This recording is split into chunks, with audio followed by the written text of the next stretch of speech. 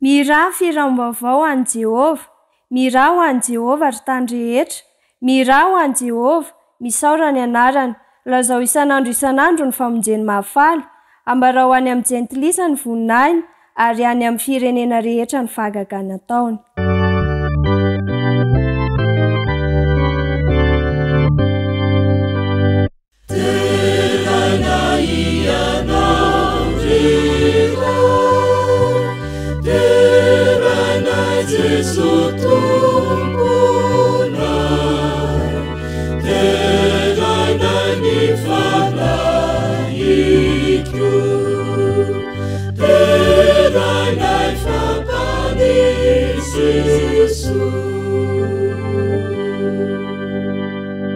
Andriamanitra tratry-miandanitro misaotra anao satria mbola afaka manonona ny anaranao indray zay amin'ity fotoana ity.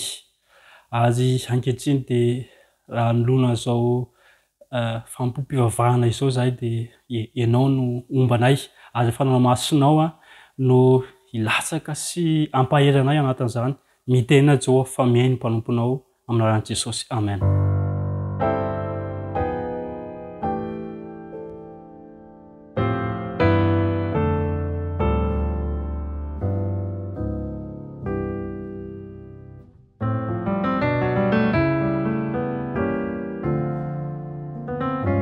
Sabata fitsarana izao anio izao, koa indreto zahay faly miara-abanao.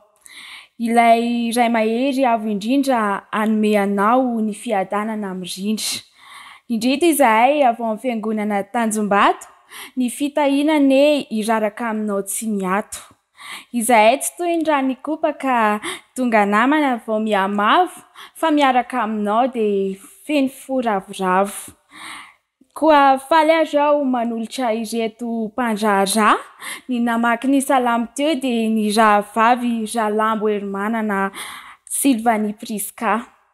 Ny manaraka indray amaky ny teny soa dia tsy iza izany fa Zaononja Lolona Zaononja Rahandriamanantsoa. Ny mpanentana ny fanatitra atolontsika mpahendrena dia tsy izy izany fa ny Rajaona Arsan Arsène Hubert. Ny mpanao ny tantaran'ny ankizy kosa dia ity indray ny rahavavy Fanjanirina Angèle Marie. Ny mpitory-teny indray no asehontsika dia ny Loholona Ratsimandrava. Hosolo ny fifandraisan-tanana, hosolo ny hofahofa-tanana dia hoy aho aminao hoe ho aminareo anie ny fiadanana. Amen. Izao tsika dia hanao ny hira faharoanjato.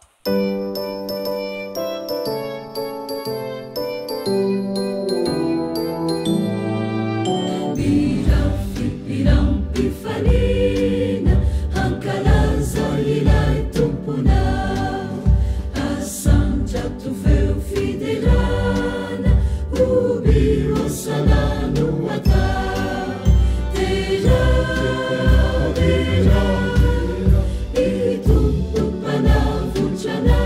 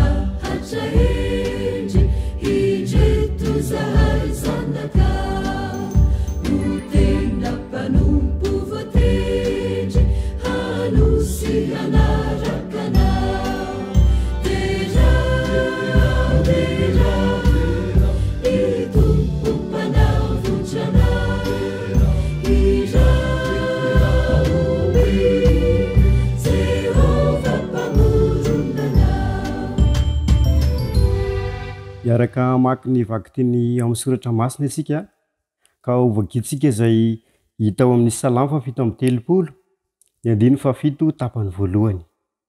Salamo 7:30 ny andiny 7 tapany voalohany. Ovakitsika ny teny amin'ny anaran'i Jesosy. Miantombena tsara miandry an'i Jehovah ianao ka manantena azy. Andeha hiaraka handohalika hivavaka isika.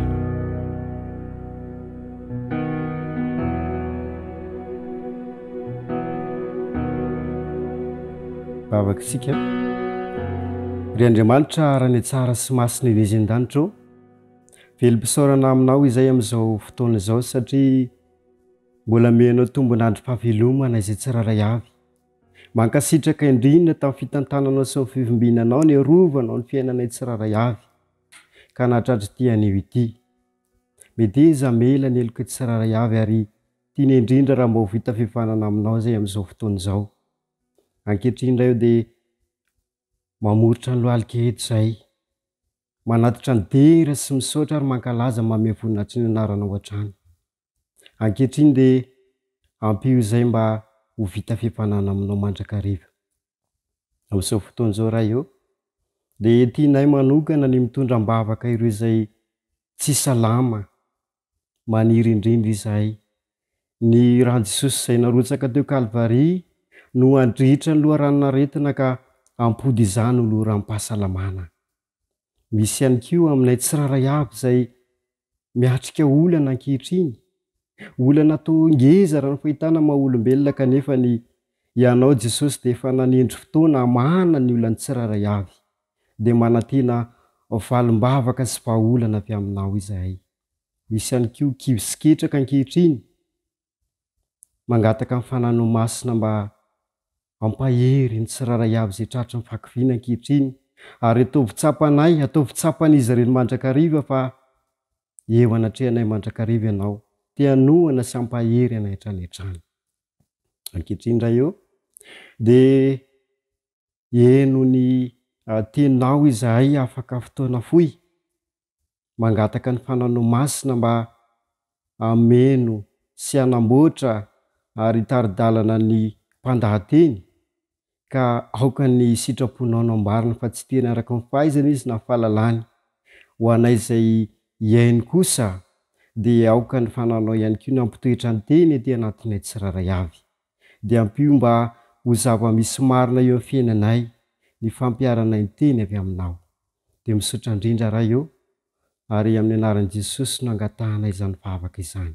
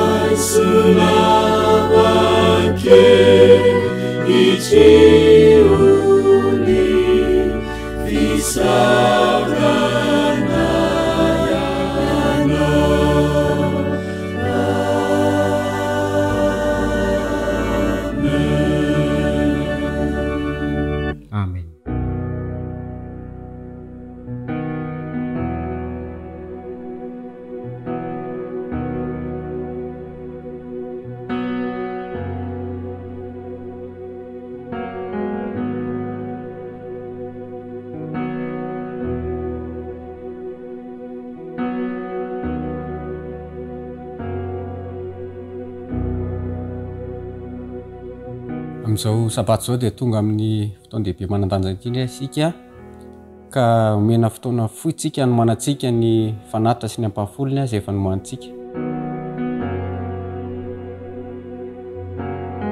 Amen. Amin'ity sabato ity dia miantso antsika Andriamanitra mba hanome ny tenantsika voalohany indrindra mba ho fanatitra ankasitrahana ary ao anatin'izany dia atolontsika koa ny ampahafolony sy fanatitra izay efa nomantsika. Misy karazany roa nefa ny fanaovantsika izany dia ny tenantsika voalohany indrindra ary ny fanatitra izay efa nomantsika. hoy jesosy hoe fiadanana no avelako anareo ary zany fiadanana zany dia misy karazany roa ny fiadanana ho an'izao tontolo zao dia ara-materialy zay na mahantra izy na manan-karena dia miazakazaka ny am'izany voninahitra mety mandalo izany zay toy ny aloka fa ao am' jesosy kosa ny fiadanana dia maharitra mandrakizay ao am' Filipianina 4:7 dia miteny izy hoe mahay zavatra rehetra ao an'ilay mampahery ahy ka rehefa ao am' jesosy itsika dia haintsika ny zavatra rehetra ary azotsika izany ka ny tanitsika ry avana malala dia ny anomezantsika ny fanatitra sy ny ampahafolony mba ampitombondray ny fiadanana antsika zay maharitra mandrakizay andeha ivavakytsika am'izay fanatitra sy ampahafolony zay. Andriamanitro ankehitriny dia manolotra ny fanatitra sy ny ampahafolony zay mba ho famitana ny asanao ary mba andritsahanao koa ny fitahiana ho aminay tsirairay avy dia aminaranao Kristy nangatahana izany. Amen.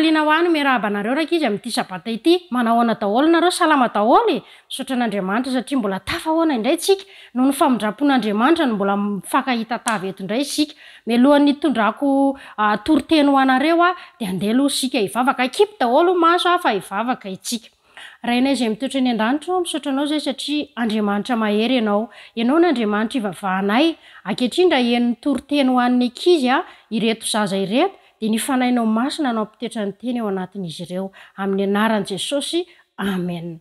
Tantara kely anankiray no entiko anareo dia tantarana orsy mpianaka izy reto anankiroa dia rehefa nyteny zany neny hoe izao tsy mahazo mivoaka rehefa ririnina ohatr'izao fa misy olona zay manana tanana anankiroa dia manana tongotra anankiroa dia izy io mitady atsika izy io ary rehefa lasany any ianao dia tsy mahita ny neny tsony ianao fa lasany any ianao dia nieny tsara ity zanaka orsa kely anankiray ity dia rehefa natory neny ray andro neny fareraka dia niala sasatra dia nieritreritry teo le zanaka orsa kely hoe aninona fotsiny eto moa zany andeha mba hitazatazany any avelany any fa zaka korangany atsika any dia lasa izy rakizy nandeha izy inona tokoa nozy izy nareo no nitranga nisy lehilahy lava ranjanana be izay efa mitady andry zareo dia nanana rato ngeda be izy dia tratrara ity orsa kely anankiray ity teo izy vao tonga saina no niafatra nataony neny anazy hoe ity le niteneny neny anazy hoe tsy mahazo mivoaboaka rehefa amin'ny fotoana toy izao zao tratrana dia zao rakizy niezaka namahan'le arato izy niezaka namahan'le arato dia kekery ny tany nifiny le izy ary no nihery kely izay nananan'ity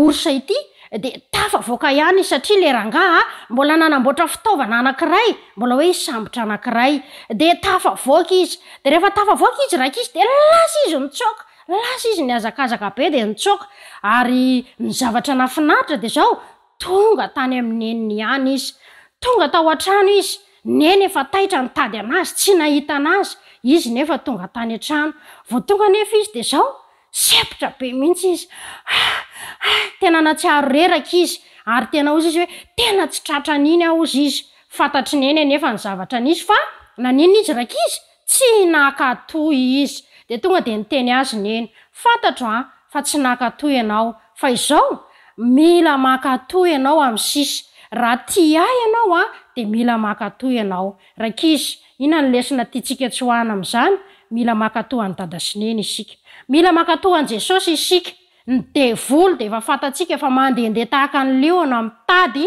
mierina mitady izay arapany ary miteny foana dada sy neny tandremo fa manana fahavalo isika diza zany ny fahavalo rakizy ny devoly melohan'izany dia andeha hanokatra amin'ny baiboly isika hojerentsika ny baiboly arosokafantsika eo amin'ny Daniel toko 10 dia ny andininy 7 Daniel toko 12 azafady dia ny andininy 7 vakitsika ny teny amin'ny anaran'i Jesosy tapany voalohany ihany ozy ny teny manao hoe ary izay endry dia mirapiratra toy ny famirapiratry ny lanitra hitanareo zany rakizy rehefa endry nareo dia maninona mamirapiratra toy ny famirapiratan'ny lanitra ny riko amin'ity sabata ity mba samy akatoy daholo ny ankizy tsirairay avy mba akatoy ny tenin'i Jesosy voalohany indrindra mba akatoy amin'ny dada sy neny dia mirary soan'ny ankizy kely tsirairay avy indray fa melohan'izany dia andeha sika aloha hivavaka ny amarana itsika izao toriteny ho an'ny ankizy izao hivavaka ary tsika rakizy rainay izay ny an-danitro misaotra anao izay satria afaka ny teninao indray tamin'ity anio ity engany ny teninao mba hoany amin'reto ankizy reto tsirairay avy ary mba homenao fahendrena ny ankizy mba hakatoan'i Jesosy mba hakatoan'i dada sy neny ary ny fahendrena avy aminao anie no antafinao an'izy ireo dia zany tombavaka zany no iriko sy angatahako amin'ny anaran'i Jesosy amen.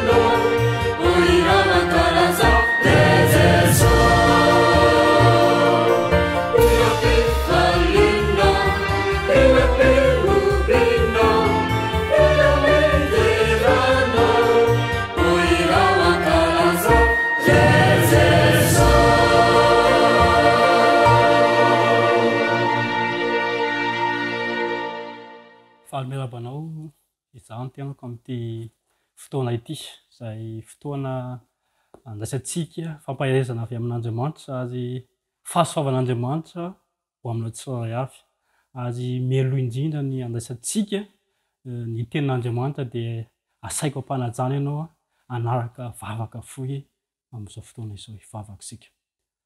Andriamanitra misaotra anao satria mbola afaka handray ny teninao andray fampaherezana avy aminao ary aoka ianao ny teny fa zay angina ary fanao masina mihitsy no ame fahendrenany tsirairay avy aminay na ampihaino izany dia aoka ianao no omba ny tsirairay avy aminay amin'an'i Jesosy. Amen. Eny ary mpihaino malala amin'izao fotoana izao dia tonga ny fampahirezana ho anao ny tenako zay novakiny mpanompon'Andriamanitra teo amin'ny salamo fafito amin'ny telopolo andiny fafito tapany voalohany zay vaky toy izao aminaran'i Jesosy. Salamo fafito amin'ny telopolo andiny fafito tapany voalohany, mitombena tsara mianja an'i Jehovah ianao ka manantena azy. Zany hoe asaina maninona zany tsika? Asaina mianja an'i Jehovah. Azy ny kristianina amin'izao fotoana izao dia mianja Jesosy dia mianja antsika. Azy izay koa no andasantsika hoe ny fiavian'i Jesosy Kristy eny amin'ny rao alanitra. Ao anatin'izany anefa dia asaina manintsika, asaina mitombona tsara mianja an'i Jehovah. Azy asaina manantena azy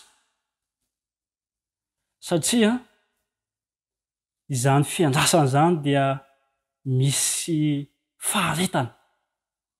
Asanao raha manana ora sy daty fa izaho aloha dia tsy manana ny amin'izany ora zay fiavian'i Jesosy Kristy zany, fa ny zavatra azo antoka dia tsy maintsy ho avy lahy Andriamanitra zay andrasantsika.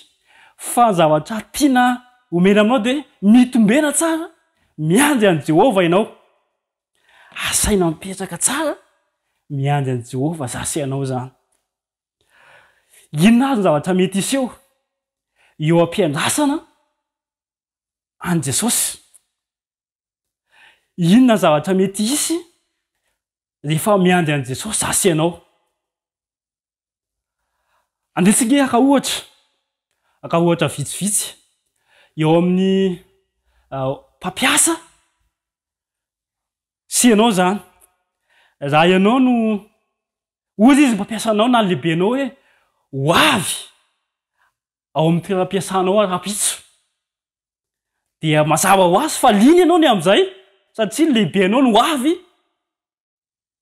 Azy izy tsy miteny hoe amin'izao no ho avy ao, fa ianao zany mety hoe miditra amin'ny 9 na ohatra amin'ny 8 sasany dia miandry an'le lehibe anao zany ianao. Dia eo indrindra no ozy izy ianao hoe amfiry azy, tsisy daty io tsisy ora azafady, fa maheno zany ianao hoe miandry zany ianao amin'ny 5, tonga ny amin'ny 5 hariva dia misy feo heninao hoe tsy ho avy ao ny lahy lehibe anao, dia ozy ianao kivy ianao zany, fa tsy maintsy hody ianao satria mody amin'ny 5 ianao. Fa raha heninao kosa hoe ho avy ao ny lehibe anao dia tsy maintsy andrasanao zany na amin'ny 5 sy 7 ary faly ianao. Ry havana malala, i Jesosy dia ho avy. Tsy misy mihitsy ao amin'ny Baiboly ka milaza hoe tsy ho avy izy fa ho avy. Ho avy ilay Andriamanitra io. Ary izay indrindra no mahavelo mpanantenana hoe manantena azy ao anatin'izay. Andehantsika aka ohatra vitsivitsy ny amin'ny hoe eo am-piandrasana ny amin'ny Jesosy zany. Inona zany no ataoko? Inona no ataonao? Ary inona zavatra mety iseho eo am-piandrasana an'i Jesosy? Andehantsika aka ohatra ny amin'ny Eli, mpanjaka voalohany toko fa 12, andiny fa 420. Tsaintsika ary tantara efa tsy vahiny amin'ny sofintsika zany tantaran'ny Eli zany. Teo amin'ny tendrombohitsy Karmela no niseho ny tantara. Ndray andro dia nisy fotoana zay hoe nanaovana defingamba satria ny Eli sy mpaminany Bala, fa moa zany hoe mpaminany Bala zany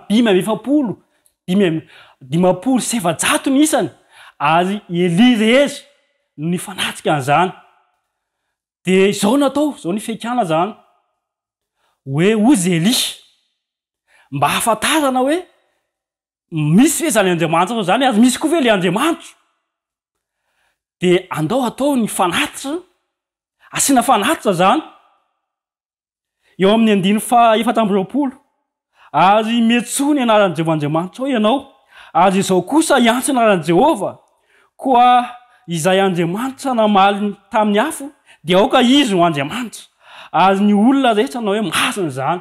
Izay zany ilay karazana hoe fiaikanana na hoe défi zany izay ataon'ny Elisy mpanompo-bala teo an-tendrombohitry Karmela. Dia ozy izy Eli, aleo ianareo no mandeha aloha satria ianareo no maro be. Atsoa ilay Andriamanitra reo. Nisy fanatitra anankiroa zany teo, vatsomby anankiroa, vavy anankiroa. Dia nataony altara zany fanatitra. Dia nanomboka naneo ireo mpaminany bala. Niantso maraina, tonga mitatao vovonana. Mbola tsy nisy fahagagana ihany hita latsaka avy tamin'ireo mpaminany bala. Tonga ny arivo, tsy nisy. Dia ozy izy Eli hoe tsy mahomby ilay Andriamanitra fa aleo mba atsoko indray ilay Andriamanitra. Ary ny zavatra nahagaga. Dia izao aloha ny tenen'ny Eli ao amin'ny 5:20. Ary ho Eli tamin'ny mpaminany bala mifidiana. Ny vatsomby raha ho anareo ka manamboara aloha ho anareo satria ianareo no maro. Ary miantsoa ny anaran'ny Andriamanitra reo nefa aza asiana afo. Izay zany ilay défi hoe tsy asiana afo. Fanatitra moa dia tsy maintsy mampiasa afo ianao andorana azy. Fa eto zany hoe tsy asiana afo. Ambatany hoe tena iza ilay Andriamanitra. Dia hoy Eli rehefa tsy nahomby ny mpaminany bala. Anjanako izao izy Eli miantso ilay Andriamanitra. Eo ny 7:30. Vakitsika aminaran'i Jesosy. Mieno Jehova mba ahafantaran'ireto olona reto fa ianao ny Jehova no Andriamanitra. Ary ianao no mampiverina ny fony indray. 7:30 dia nilatsaka ny afo ka nandevona ny fanatitra hodorana sy ny kitay hazo sy ny vato ary ny vovoka sady nandritra ny afo ny rano tao anaty hady kely. Zavatra magaga izay havana malala. Eli izay nanao mihoatra noho ny fahazarana. Zany fanatitra zany dia nisy kitay. Fa ny Eli indray eto asivo rano natao anaty hady zany ilay fanatitra, le kitay. Ary mbola feno isiny izy dia asiana rano. Magaga. Fa azony Eli antoka io Andriamanitra io. Lesona voalohany eo am-piandrasana an'i Jehova, eo am-piandrasana an'i Jesosy. Inona ny lesona voalohany asonona amin'izany? Lesona voalohany asonona amin'izany zay havana dia izao.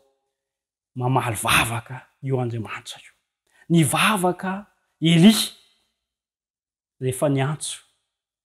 Lesona faharoa ihany koa dia afaka manao fahagagana ho azy ho anao Andriamanitra eo am-piandrasana an'i Jesosy Kristy fandroana. Zay havana. Aza mieritreritra ianao hoe tsy ho avy Jesosy. Inona nataon'i Jesosy aminahy eo am-piandrasana azy? Afaka miaino anao izy. Ary afaka miaino vavaka izay ataoko io Jesosy io. Ary afaka manome fitahiana ho anao izy eo am-piandrasana an'i Jesosy. Fa ny zavatra lazainy dia hoe mitombena tsara ianao miandry an'i Jehova. Ary manantena azy tahaka ny Eli.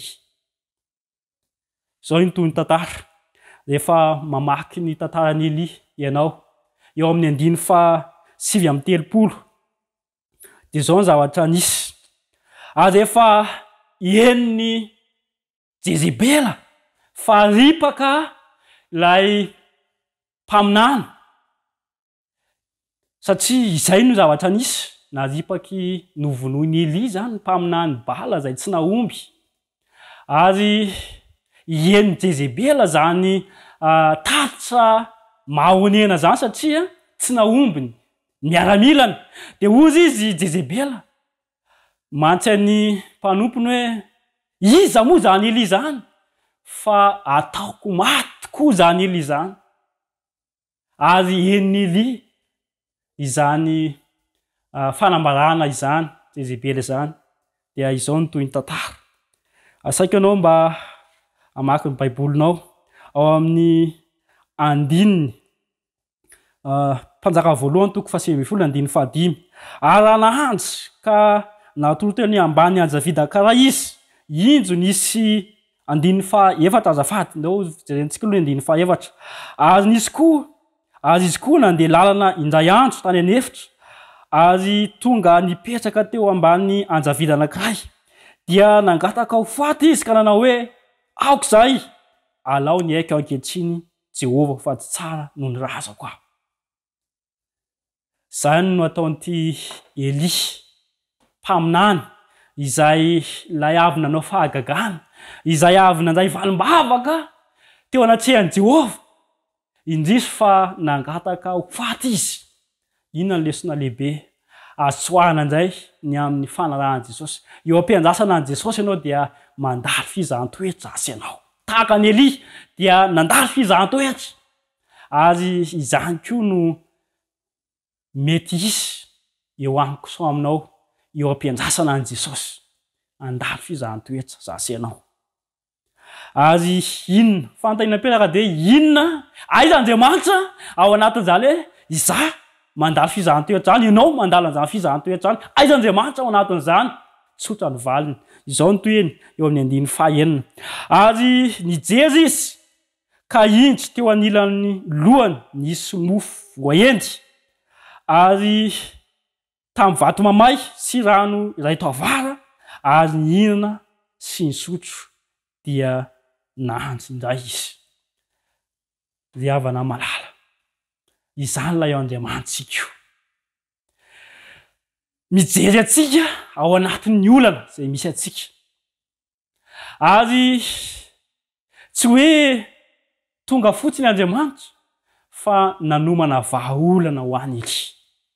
Fantatsika moa fa nanomana mofo ary Andriamanitra tsy mila voatsiary amintsika izy ka na hoe tamin'ny Eli ka name zavatra hoe tia mofo na hoe zavatra mbola manta fa zavatra efa masaka nomeny an'ny Eli. Zay havana malala. Andriamanitra rehefa mame vahaolana dia vahaolana efa masaka nomeny atsika.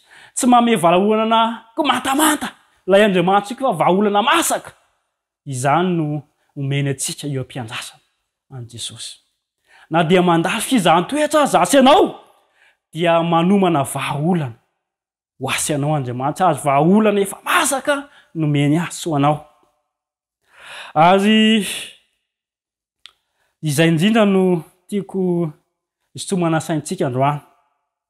Dia mamalitsika eo amin'ny mpanjaka voalohany toko 8:7 ihany dia zao hoe ary afandrony indray le anjerin' Jehova dia nanoana azy ka nanao hoe mifoaza ka homana. Zay havana malala. Tonga indray ny anjerin' Jehova voalohany faharoa. Tian'io Andriamanitra io zasy ianao. Mandalo olana zasy ianao ankehitriny. Aniraka ny anjeliny Andriamanitra. Ary io anjely io dia afaka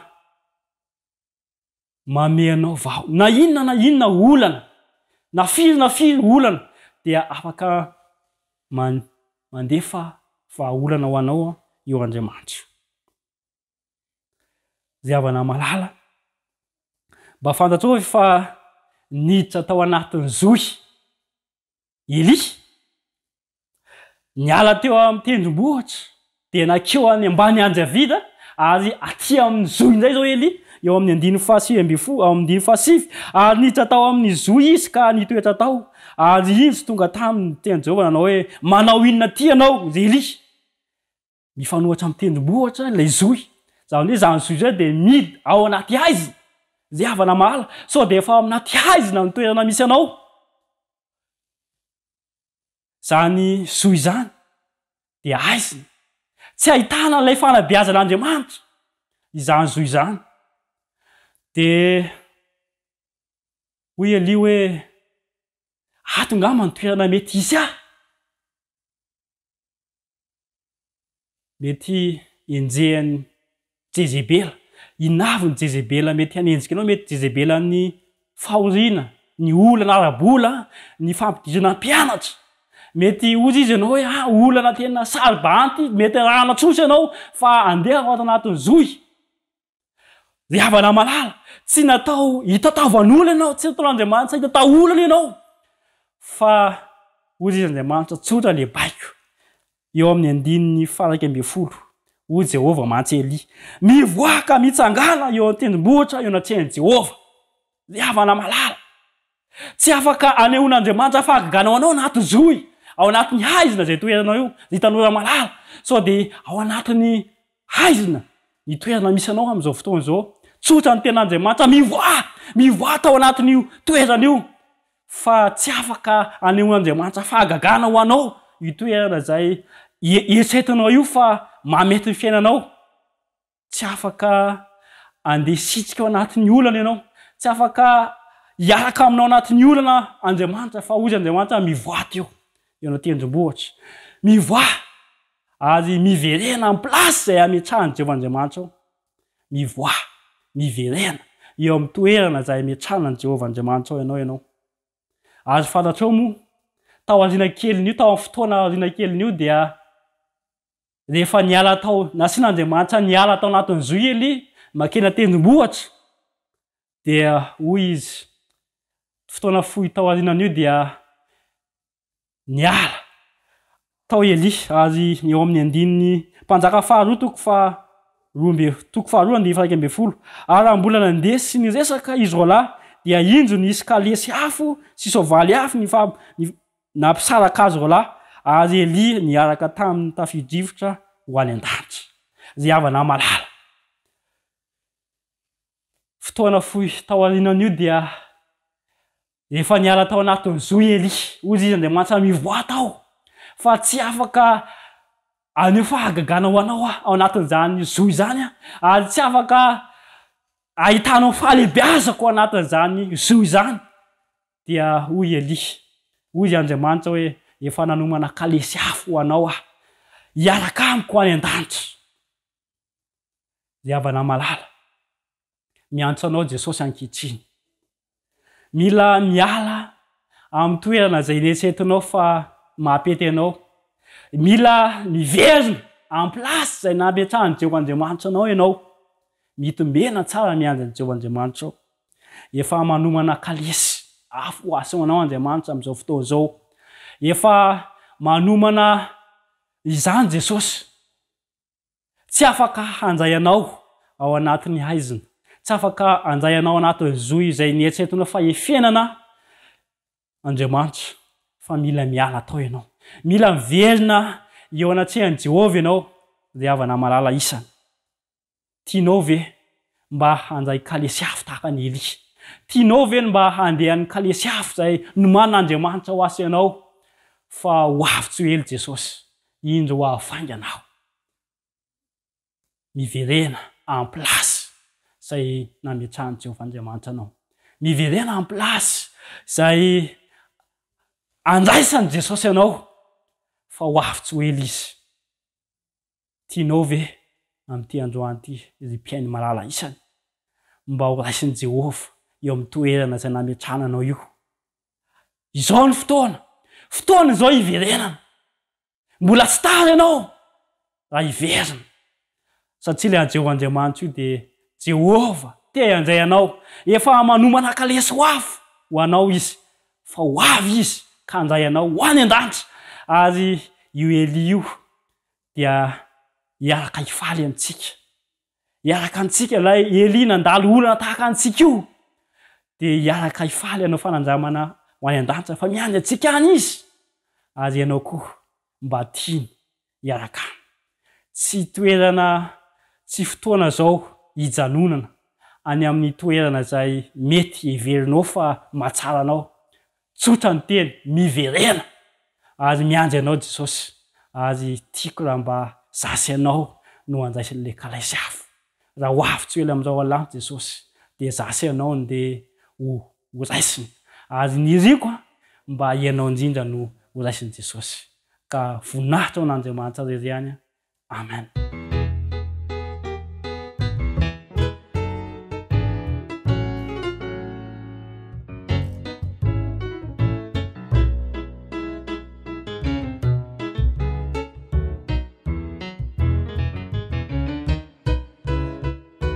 You will